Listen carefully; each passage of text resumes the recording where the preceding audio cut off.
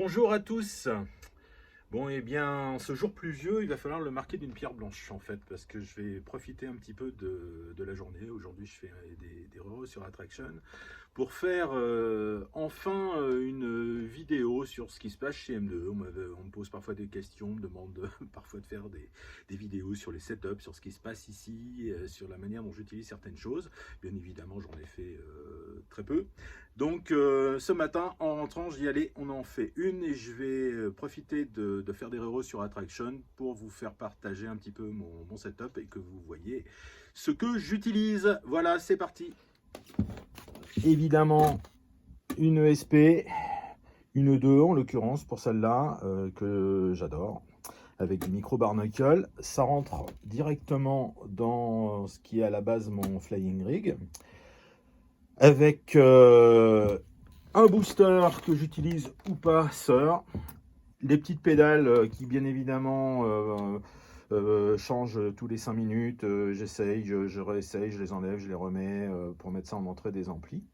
Là sur ce que je suis en train de faire, j'oscille entre plusieurs 7 cordes, donc 7 E2, 7 Edwards, Koha, le modèle que m'a envoyé ESP en Koha, ce coup-ci une version US, on va pas la voir bien. Hop, je vais la mettre ici, comme ça, mais certains l'ont déjà vu, cette guitare, voilà.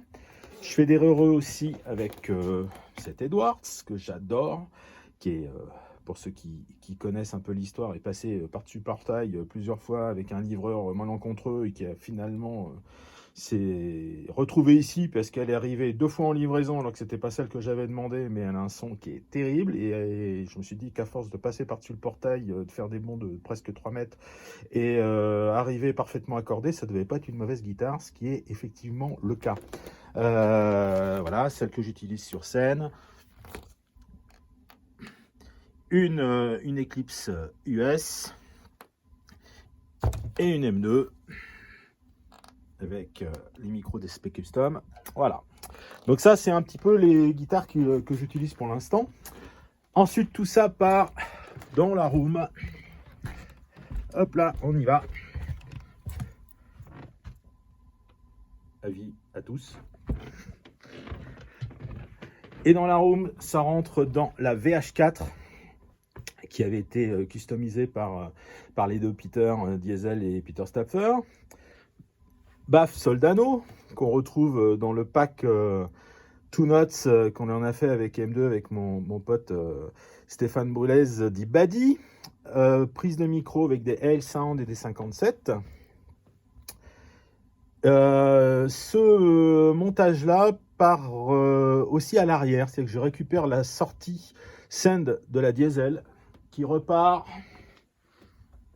dans une 5150, de laquelle je n'utilise pour ce genre de montage que la puissance et que j'atténue avec le Two Note Reload. Le but étant de récupérer le son de la VH4 qui est avec des EL34 et de la réamplifier avec les 6L6 de la 5150. On reprend ça avec un baffle Marshall des années 70, avec là aussi un L-Sound et un SM57.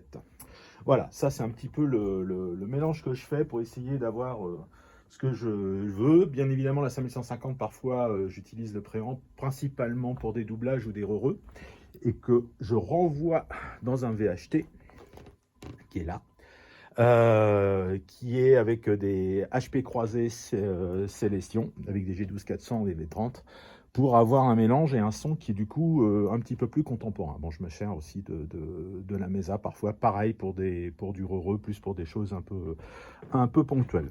Donc voilà un petit peu le montage que j'utilise pour Attraction. Donc je pense qu'à la rentrée, lorsque l'album va sortir, vous allez entendre un peu à quoi ça ressemble. Là, je suis en train de faire des heureux sur un titre où il y a un petit peu des sons différents. Il y a du gros crunch au début, du son clair.